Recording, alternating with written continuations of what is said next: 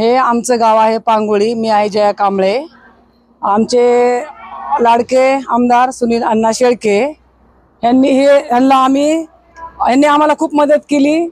आम्ही अण्णाला निवडून दिलं। आता अण्णांना उमेदवार उभे केलेले आहेत। आम्ही अण्णा जसं म्हणताल तसं आम्ही अण्णाच्या याच्या खाली काम करू आणि आमचा उमेदवार आम्ही चांगल्या बहुमताने निवडून देऊ। आणि आमची एक अपेक्षा आहे की आम्ही उमेदवार निवडून अण्णापेक्षा आमच्या एरियामध्ये आमची प्रगती करावा, आमची हीच विनंती आहे। अण्णाच्या उमेदवारांना आम्ही परत निवडून देऊ।